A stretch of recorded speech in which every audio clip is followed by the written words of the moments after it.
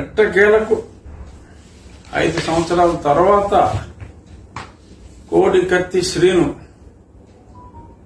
అతనికి బెయిల్ వచ్చింది హైకోర్టు.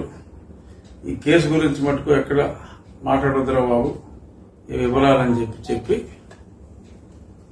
అతనికి బెయిల్ ఇవ్వటం జరిగింది. అన్యాయం. ఇన్ని రోజులు కనీసం హత్యా ప్రయత్నం కూడా కాదు, హత్యా ప్రయత్నం చేసిన పాత్రధారిగా జగన్ నాటకంలో ఒక చిన్న క్యారెక్టర్ వేసినందుకు, మరి ఆ క్యారెక్టర్ వేసినందుకే ఇన్ని సంవత్సరాలు జైల్లో పెడతామన్నది అత్యంత దారుణం. మరి ఇప్పుడు ఈ ప్రాసెస్ లో ఆయన డిగ్రీ కూడా కంప్లీట్ చేసుకున్నాడు ఆ జైల్లో. కోడికత్తి శ్రీను, అతని పేరే కోడికత్తి శ్రీను అయిపోయింది. యాక్చువల్గా కోడికత్తి జగన్ అని పిలవాల్సింది, ఇతనేమో ముఖ్యమంత్రి అయిపోయాడు, అతనేమో కోడికత్తి శ్రీనుగా మిగిలిపోయాడు. ఏదేమైనా ఇన్ని సంవత్సరాల తర్వాత మరి అతనికి బెయిల్ రావటం అనేది ఇంత లేట్ అవడం దురదృష్టం. కనీసం ఇప్పటికైనా మరి బెయిల్ రాకుండా ఎన్ని ప్రయత్నాలు చేయాలని చెప్పి ఒక ముఖ్యమంత్రి స్థాయి వ్యక్తి ఆపాలని చూసినా, కోర్టుకు రాకుండా సాగదీయాలని చూసినప్పటికీ కూడా న్యాయస్థానాల మీద ప్రజలకున్న గౌరవం మరింత ఇనువడింపజేసే విధంగా అవతలవాడు ముఖ్యమంత్రి స్థాయి వాడైనా న్యాయాన్ని డిలే చేయగలరు కానీ న్యాయాన్ని డినై చేయలేరు అనే ఒక వాస్తవాన్ని ప్రజలకు ఇవాళ తెలియవచ్చింది. ఈరోజు ఉదయం ఒక పక్క ఢిల్లీలో కూడా మరి ఎస్సీ ఎస్టీ మైనారిటీ సంఘానికి సంబంధించిన నాయకులందరూ కూడా అక్కడ ఆంధ్రభవన్లో వారి తీవ్ర నిరసన వ్యక్తం చేస్తున్నారు.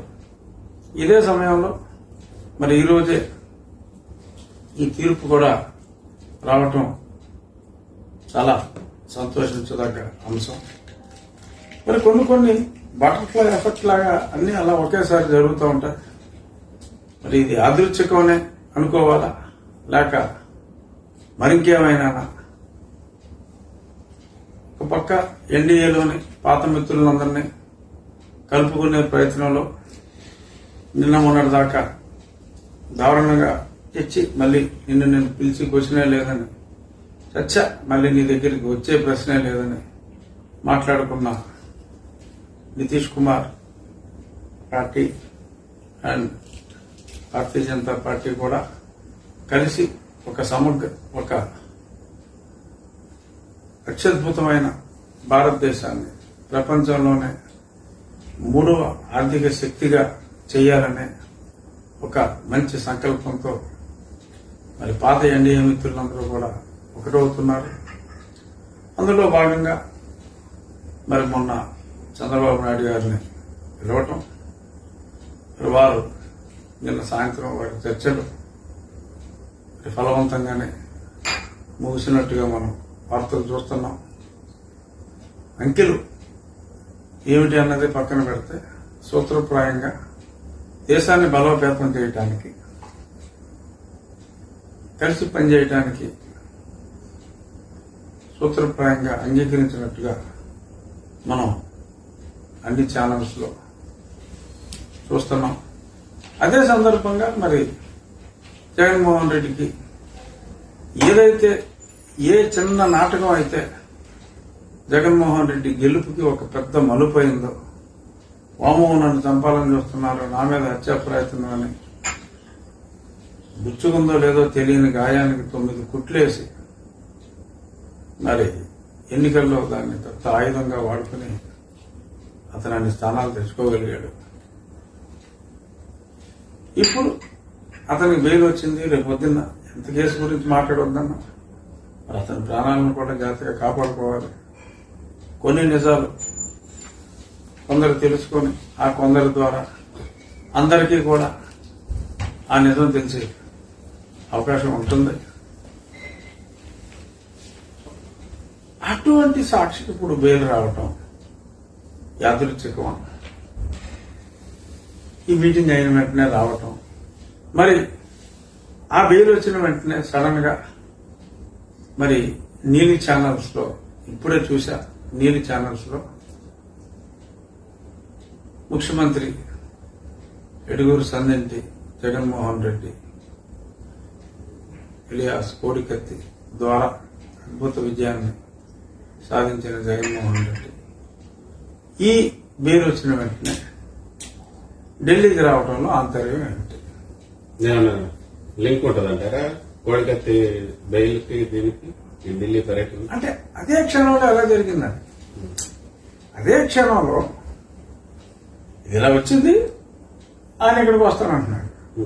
So it's Avinash Reddy bail కేసులప్పుడు కూడా ఆయన ఢిల్లీ పర్యటన, అవినాష్ రెడ్డి బెయిల్ అప్పుడు కూడా మన ఆయన ప్రయత్నించారు. మామూలుగా అయితే బెయిల్ రద్దు అంటే ఇచ్చిన బెయిల్ ని ఆ పిటిషన్ ని రద్దు చేయడం పెద్ద శ్రమేం కాదు.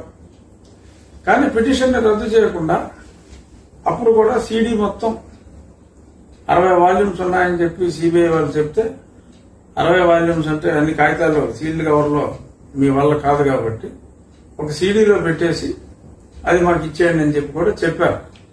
ఆ సీడీ చూస్తే కేల్ కథం దుకాణం బంద్, సీటీ సిరిగిపోతాయి. ఒరిజినల్ సీడీలో అంటే సీడీ అంటే కేసు డైరీ, కేసు డైరీలో హత్య జరిగిన రోజు తెల్లవారుజామున 3:30 గంటలకి ఏ కోటకి, హైదరాబాద్ లో ఉన్న ఏ కోటకి, ఏ నెంబర్ నుంచి ఏ నెంబర్కి ఫోన్ కాల్స్ ఎన్ని, ఎంత డ్యూరేషన్ మాట్లాడుకున్నారు, ఆ కాల్ వెళ్ళిన వెంటనే ఆ ఫోన్ నుంచి ఇంకే ఫోన్కి వెళ్ళింది, ఇటువంటివన్నీ ఉన్నాయి. కాబట్టి కేసు డైరీలో స్పష్టంగా రాశారు. ఒకనొక సమయంలో కొన్ని పేర్లు కూడా పెట్టి తీసేశారు. సో కాబట్టి అవన్నీ డెఫినెట్ గా కనపడతాయి క్లియర్ గా ఆ కేసు డైరీలో. సో ఒకసారి ఆ కేసు డైరీ అంటూ వాళ్ళు చదివిన తర్వాత ఆ బెయిల్ ఆటోమేటిక్ గా రద్దు అవుతుంది, అందులో క్వశ్చన్ లేదు. సో అది అలా పెండింగ్ లో ఉంది. On the face of it bail రద్దు పిటిషన్ కొట్టేయకుండా ఇది జరిగింది అంటే డెఫినెట్ గా సోల్డ్ ఈజ్ హ్యాంగింగ్, అది స్పష్టం. మరి ఇది ఇలా కావటం, మరి ఇంకో పక్క మరి దేశాన్ని ముందుకు తీసుకెళ్లాలంటే అభ్యుదయ భావాలున్న పార్టీలతోనే కలవాలి, కానీ ఇలాంటి పనికిమాలిన పార్టీలతోటి కలిసి ఉపయోగం లేదని నిర్ణయం తీసుకున్నట్టే మనకు అర్థమవుతుంది. మరి ఈ బ్యాక్గ్రౌండ్ లో మరో పక్క నరేంద్ర మోడీ గారు మొన్న మా లోక్సభలో గాని 3 రోజుల క్రితం, నిన్న రాజ్యసభలో గాని కనీసం 370 స్థానాలు భారతీయ జనతా పార్టీకి అందేరు, 400 పైబడి స్థానాలు ఎన్డీఏకి వస్తాయని చెప్పి ఆయన చెప్పారు. ఎందుకంటే ఒక బలమైన భారత్ని తయారు చేయడం కోసం. మరి నిన్న ఈయన పనికిమాలిన మాటలు ఏం మాట్లాడండి, దేశం స్టేబుల్ గా ఉండాలని ఎవరన్నా కోరుకుంటాడు. మావాడికేమో 175 వచ్చారంట. కేంద్రంలో భారతీయ జనతా పార్టీకి మెజారిటీ రాకూడదంట, మావాడి మీద డిపెండ్ అవ్వాలంట. అరే ఏం సంకుచిత భావాలా, నీకు 175 కావాలా, బీజేపీ వాళ్ళకి 240లో అయిపోవాలా, ఇతని మీద డిపెండ్ అవ్వాలా, అప్పుడు ఆంధ్రప్రదేశ్ ను అభివృద్ధి చేస్తా అంట. లేదంటే ఇలాగా అప్పులు చేసుకుంటూ సర్వనాశనం చేసుకుంటూ ముందుకెళ్తా అంట. ఇటువంటి నీచమైన ఆలోచనలు ఉన్న తనకి సీట్లు రావాలని కోరుకుంటారు. కానీ మరి అసలు దేశంలో భారతీయ జనతా పార్టీకి సీట్లు రాకపోవడానికి ఆంధ్రప్రదేశ్కి ఏమైనా సంబంధం ఉందా? పోనీ అక్కడికి మావాడు ఏమన్నా దేశకి నేత, తెలంగాణలోనే పోటీ చేయడే. మరి దేశంలో భారతీయ జనతా పార్టీకి సీట్లు రాకుండా ఉండాలి అని చెప్పి అసెంబ్లీలో మాట్లాడుతుంటే మనసులో అనుకుంటే అనుకోని, మనసులో గోలుగులు ఉంటాయి. ఎన్నికల ప్రసంగం చేశారు. సరే ఆ బడ్జెట్ తొకలా బడ్జెట్, అది వ్యవసాయానికేమో ఎన్నో వేల 30,000 కోట్లు అన్నారు, వైద్య ఆరోగ్యానికి ఒక 28,000 కోట్లు అన్నారు. ఇంకా అసలు 200 కోట్లు ఆరోగ్యశ్రీ బిల్సే పే చేయట్లా. సో ఇలా ఏ ఫేక్ నెంబర్లు ఇచ్చారు, ఏదో భూతద్దంలో చూపెట్టారు ఆ పనికిమాలిన బడ్జెట్ ని. అక్కడ డబ్బులు లేవు, పాలు లేవు, అప్పుల మీద ఆధారపడి ఉన్నారు. సరే అదేదో ఫేక్ గాడని తెలుసు కాబట్టి ఇక దాన్ని అంత సీరియస్ గా తీసుకోక్కర్లా మనం. కానీ ఒక పక్క మాట్లాడితే ప్రధానమంత్రి గారిని కనపడితే కాళ్ళు అట్టుకుంటారు, కానీ వాళ్ళ పార్టీ సర్వనాశనం కావాలని కోరుకుంటారు. ఇది ఎక్కడే వింతో మనకి అర్థం కాదు. సో మళ్ళీ ఇప్పుడు ఆయన ఇక్కడికి బయలుదేరి వచ్చి మళ్ళీ మోడీ గారిని నిన్న ఒక ఫేక్ ప్రచారం కూడా మా వైస్ చీఫ్ గారు చేశారు. అసలు ఇంకా చంద్రబాబు నాయుడు గారు మీటింగ్ రాత్రి 11:20 అయిందని కూడా సాక్షిలోనే రాశాడు. 7:30కే పెట్టేశారు, 8 అమిత్ షా గారికి పాదాభివందనం ఏం చేస్తున్నట్టు, మీకు ఎన్ని సీట్లు కావాలి సార్ అని మాట్లాడినట్టు. మరి ఇటు సాక్షుడు పేరు మీద రాస్తే బాగోదని వేటు న్యూస్ పేరు చెప్పి ఒక ఫేక్ ప్రచారం కూడా చేశారు. అంటే రేపు ఒకవేళ అపాయింట్మెంట్ ఇస్తే, మొన్నైతే ఎవరైనా అనుకున్నాం, మరి రేపు బీజేపీ పార్లమెంటరీ బోర్డు మీటింగ్ ఉందా, మరి ఆయనకి టైం ఇస్తారో లేదో తెలీదు. నీల్ ఛానల్ అయితే వేశారు. ఆ సీన్ ని, అక్కడ జరగబోయే సీన్ ని ముందే ఒక ఫేక్ ప్రచారం ద్వారా చంద్రబాబు నాయుడు గారు అంత హుందా అయిన మనిషి కాళ్ళకి దండం పెట్టినట్టు, అంత వయసు ఉన్న మనిషి కాళ్ళకి దండం పెట్టినట్టు, ఇలాంటి తనకన్నా వయసులో 12 ఏళ్ళు చిన్నవాడైన వ్యక్తి కాళ్ళకి దండం పెట్టినట్టు ఫేక్ పబ్లిసిటీ చేశారు.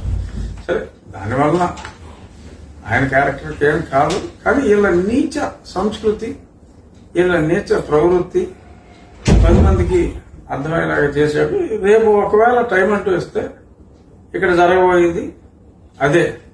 బాబు నన్ను ఈ కేసుల నుంచి బయటపడేయండి మీరు అంటే. టైమ్స్ లో ఈసారి ఏదో కొంచెం మొహాట పడ్డాడు. మనదాకా 24, 25 అని ఇచ్చేవాడు.